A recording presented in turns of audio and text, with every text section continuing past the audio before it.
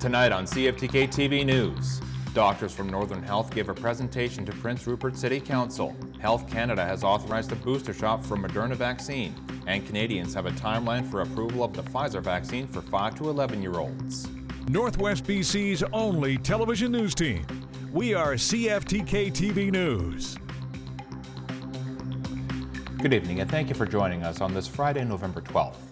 We begin tonight with breaking news where Terrace fire search and rescue crews have extracted a victim of a car crash on Sleeping Beauty Mountain. CFTK's Zach Power with the latest. I'm standing here at Sleeping Beauty Mountain, roughly 45 minutes in and almost to the pinnacle. And what I can tell you right now is that search and rescue crews have recovered the driver of an F-350 vehicle that tried to scale the mountain. Now there's signs here that say 4x4 vehicles only on the washed out, snowy and rocky roads. But what I can tell you right now is the driver only sustained minor arm injuries, but they're evaluating that as they scale back down the mountain. Now, of course, CFTK-TV News will have more details as they become available, but for right now, it's making the descent down 45 minutes into the town of Terrace. For CFTK-TV News, I'm Zach Power on Sleeping Beauty Mountain. We'll keep you updated on that story as it develops. Earlier this week, doctors from Northern Health gave a presentation to Prince Rupert City Council outlining some of the healthcare challenges of the North Coast. CFTK's Joshua Azizi has more. It's been a tough past 2 years for Northern Health. COVID-19 has really provided an additional challenge to our existing staff, so to retain them, as well as finding new staff who want to come join us in the North. Doctors laid out some of the challenges they're facing at a Prince Rupert City Council meeting this week. We are seeing a loss of staff due to burnout and pandemic fatigue, as well as a few staff due to the most recent PHO order. Another issue discussed was the departure or retirement of many doctors in Prince Rupert. So which means that we've lost 2 of our 3 C-section providers. The only one left here at the moment is me. However, they also said there are many new doctors coming to town. These include a new OB/GYN, a general surgeon, and 2 internal medicine specialists.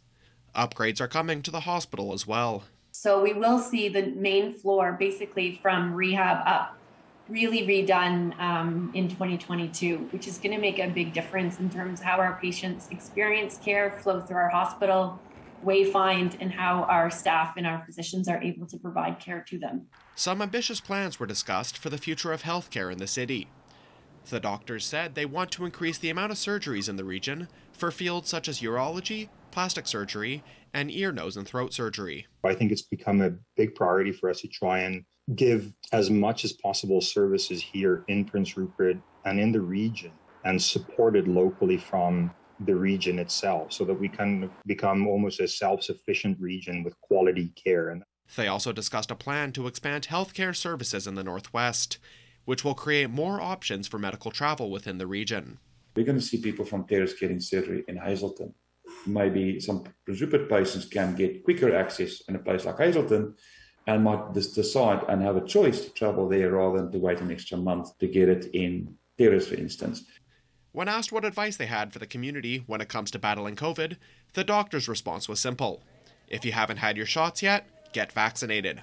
For CFTK-TV News, I'm Joshua Azizi. Premier John Horgan made his first public appearance since revealing he had been diagnosed with throat cancer earlier. Hogan. Well, it's always special to participate in a ceremony to remember those who gave their lives or went into the places that others would run away from, all to protect the values that are represented in our society. Horgan attended the Remembrance Day service in Langford. The Premier will begin radiation treatments for cancer in the coming weeks. He says that he expects to make a full recovery.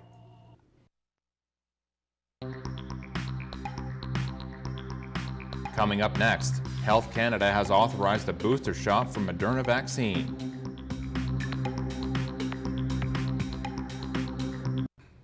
Welcome back. A fire in a log storage yard at West Fraser Timber Mill in Quesnel has been declared out 2 days after it had began. A statement from the company says that the fire was put out Thursday with help from crews from communities in and around Quesnel. It says the focus is now on round-the-clock monitoring for any hot spots in the log yard, cleanup and return to normal operations. The company says that an investigation will be launched into how the fire began in the yard at West Pine Medium Density Fireboard Mill. Health officials in 3 provinces, including BC, Alberta, and Saskatchewan, are monitoring a pair of new mutations of the Delta variant of COVID-19, as CTV's Ben Mulger reports.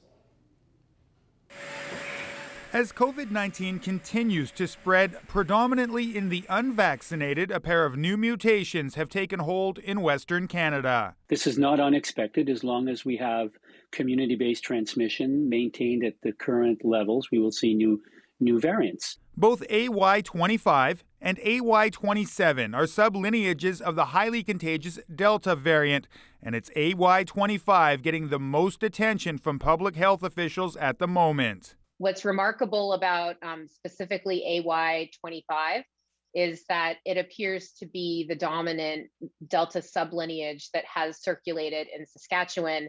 The strains first appeared in Idaho in the summer and have since popped up in Saskatchewan, Alberta, and British Columbia.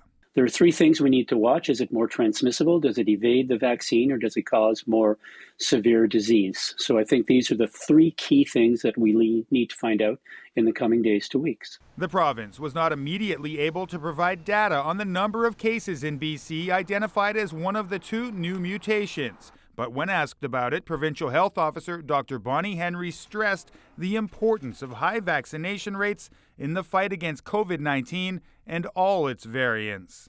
I can't say this enough. It's the most important thing. And the prevention of transmission means that we're preventing the development of new strains of the virus, the transmission of these new variants. More data should be available in the coming weeks on the transmissibility and severity of the new strains, and most importantly, if vaccines remain effective against them. Ben Mulger, CTV News, Vancouver.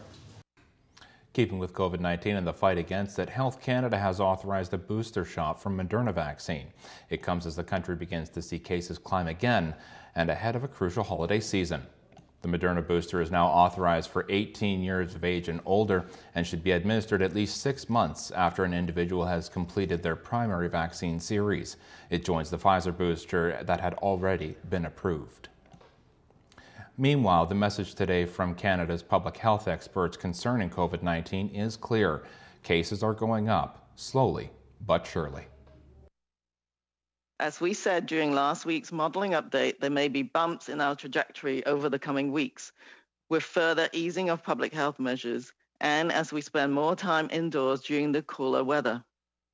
Over the past 7 days, an average of close to 2,500 new cases were reported daily across Canada, which is 11% higher than last week. One of the messages Dr. Tam drove home today was the importance of wearing a mask moving forward. She highlighted that we should all be doing the best quality possible and the best fit. As for gatherings over the holidays, she says the family should start having conversations about vaccination and mitigating risks. Meanwhile, Canadians are getting clearer picture of the timeline for the approval of the Pfizer vaccine for 5 to 11-year-olds. The review is actively ongoing, and we expect to have a final decision in the next 1 to 2 weeks. Officials confirmed today that children still make up the majority of daily COVID-19 cases in Canada. Under 12s represent roughly 20% of the daily cases, even though they only make up 12% of the population. Turning to the weather, Prince Rupert today saw periods of rain about 20 millimeters, winds gusting to 50, temperature steady near around 9. Tonight, periods of rain ending after midnight and then cloudy with a 60% chance of showers going forward, with about 10 to 15 millimeters to fall, a low of +5. Terrace and Kitimat today, rain and wind gusting to 50, high around 7. Tonight, cloudy with a 70% chance of showers, winds gusting to 60, but they'll die down after midnight, a low of +2. In the Valley Lakes District today, mainly sunny, winds gusting to 50, high of around 7. Tonight, 30% chance of flurries overnight. Wind gusting to 50, but dying down after midnight as well, a low of -5. On the north coast, Saturday, cloudy with a 60% chance of showers, high around 8. Saturday night has rain, low of +3, and that rain should continue until the middle of next week. Sunday has a high around 6. In the Terrace-Kitimat area, Saturday, cloudy with a 60% chance of showers, light wind in the afternoon, high of +4.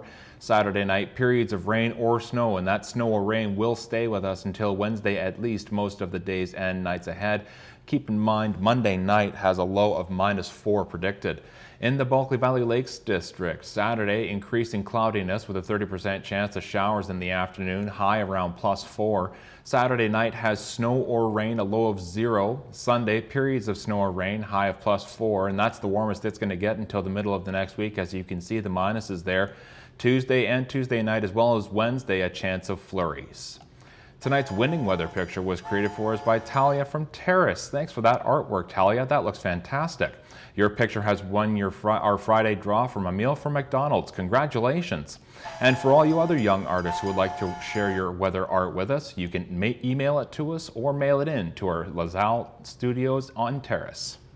Hey kids, send your weather picture to CFTK-TV for a chance to win a free McDonald's Happy Meal. Brought to you by CFTK-TV and McDonald's in Terrace and Smithers. Checking the highways now, lots of treacherous conditions out there. Drive safe and take your time. Highway 16, slushy conditions from east of Prince Rupert to Doreen. Watch for slippery sections east of Quick to west of Broman Lake. Road construction still ongoing in Thornhill. The Usk Ferry is still out of service. Debris on the roadway just outside of Doreen as well.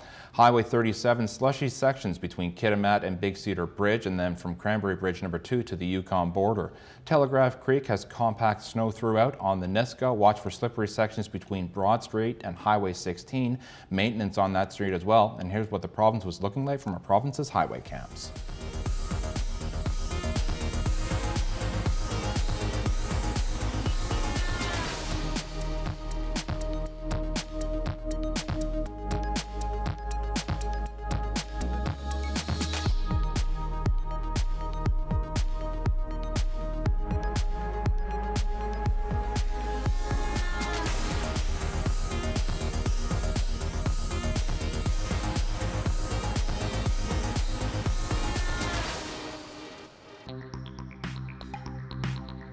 When we come back, the latest on the massive cleanup on northern Vancouver Island after busted shipping containers washed ashore.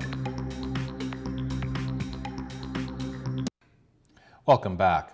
Less than a year after a tugboat sank south of Kitimat, killing 2 people, another accident involving a tugboat operated by the same company is raising concerns about the safety of the industry. CFTK's Joshua Azizi has more. On November 2nd, Irvin Joseph was working on the Wainwright Marine tugboat Cadell, which was carrying a barge from Kitimat to Camano. Around 7 o'clock, the crew was having dinner, right before the accident happened. The deckhands happened to look up and noticed we were headed right for the beach. He put it in neutral. The captain immediately took over, hit reverse, and by then it was too late. We already hit the beach. The boat had crashed into an island. To try to prevent the barge from hitting the beach, the captain rammed the tugboat into the barge, which Joseph says gave him a neck injury. You know, it's really hurt my neck there, and I was at the point where I couldn't sleep or, couldn't get comfortable enough to have a good sleep, and I've been bedridden for the, past week. It's the second accident involving a Wainwright Marine tugboat this year, after the sinking of the Ingenika killed 2 men in February. I was in disbelief, and it hasn't gone away yet. I don't think this company's learned anything from their accident in February. The accident has critics calling for more safety regulations on tugboats.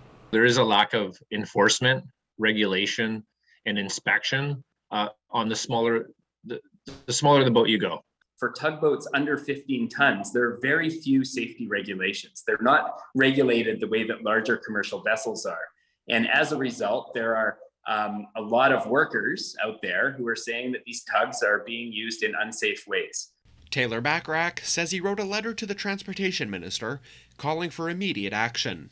With 2 accidents in short succession, we feel the minister needs to put in place emergency orders to protect the men and women that are operating these tugboats on our coast. As for Joseph, his injury's a bit better now, and he has plans to see a physio.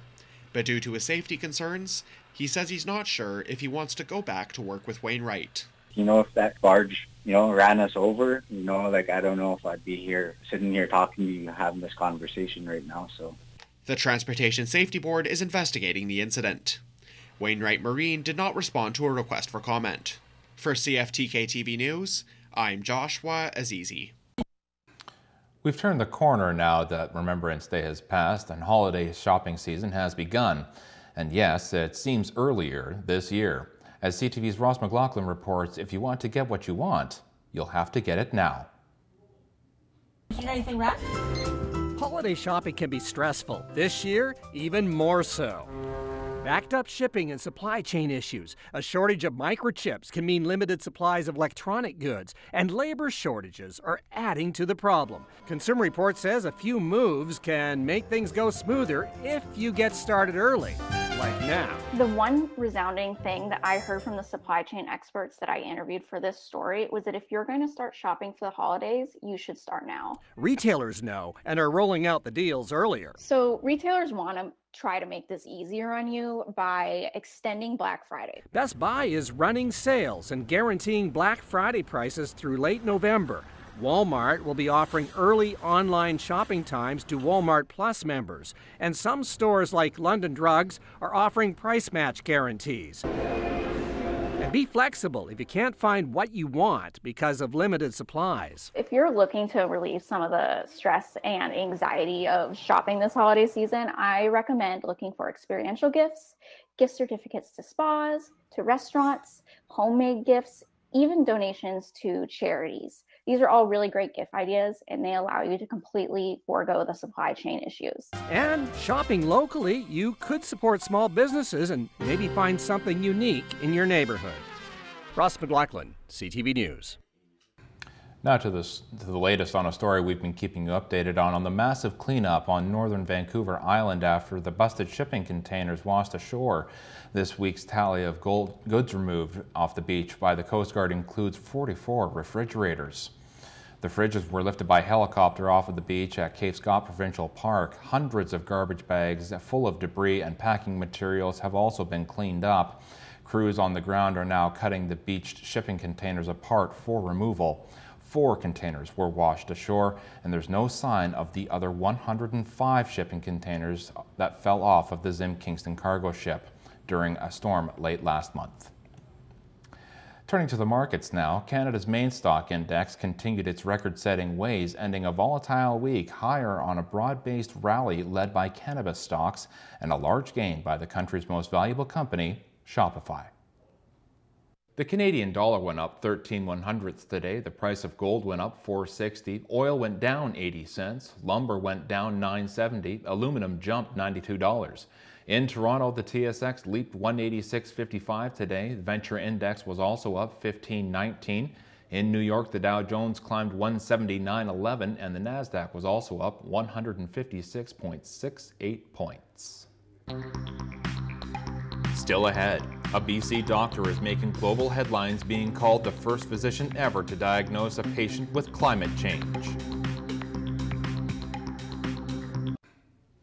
Welcome back. A BC doctor is making global headlines being called the first physician ever to diagnose a patient with climate change. As CTV's Binder Shajan reports, he's hoping it will raise awareness about how global warming is impacting people's health. Unprecedented wildfires followed by oppressive heat had emergency departments in the Kootenays busy this summer. It became upsetting, honestly, to see the effects that were happening on people. When Dr. Kyle Merritt of Nelson saw people coming in with heat stroke, dehydration, as well as breathing issues from wildfire smoke, he decided to address the underlying issues and diagnosed a patient with climate change. What we're seeing, especially with climate change, is that it's affecting the most vulnerable amongst us. So it's the people that can't afford air conditioning for a variety of reasons, can't escape the smoke, etc., have to work outside. He's part of a group of physicians who on their own time are advocating for planetary health to keep patients safe. Created 2 years ago, the doctors say many people, including young ones, are anxious about the future. And we're seeing this playing out in many ways. Some of them are losing hope for their future. They're not necessarily seeing that there's a point to going to university, to saving for retirement. And many are even considering whether they want to have kids. They're talking to policymakers and individuals about solutions. People can change what they eat, how they commute, and heat their homes to help the planet. And if you do something to contribute, you gain a sense of advocacy, you become part of the solution instead of part of the problem.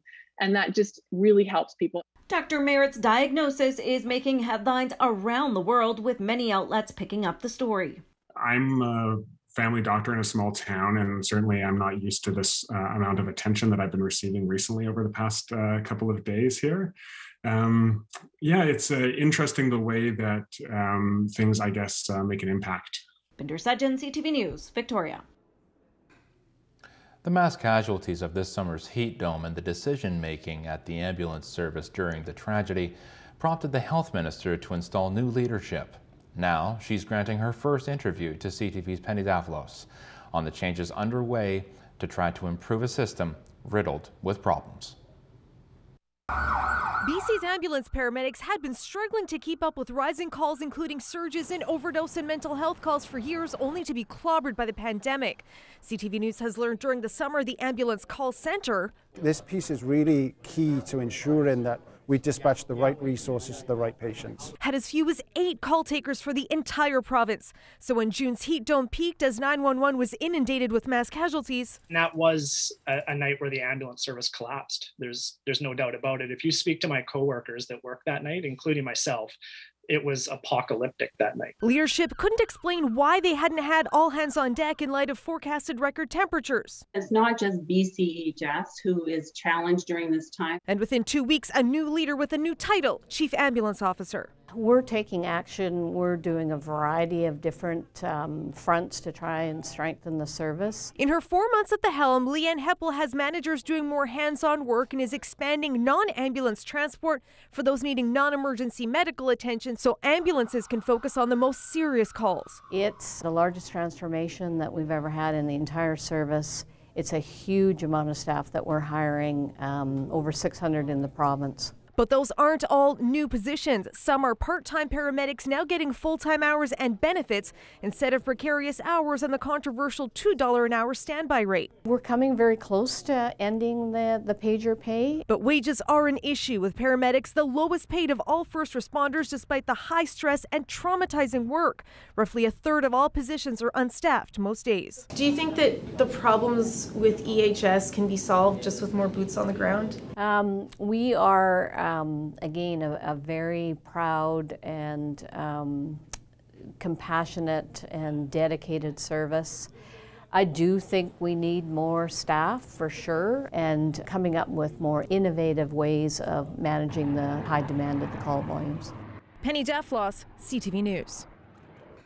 And a huge thank you to all of our frontline workers in EMS. That's our news for now. Thank you very much for watching. We're here weeknights at 5, 6, and 11 o'clock with the latest news from around the Northwest and beyond. You can also find our local stories on our website, Twitter, and Facebook page. This weekend, be sure to join Zach Power on Week in Review. And for now, from all of us here at CFTK-TV News, have a wonderful weekend and a great night.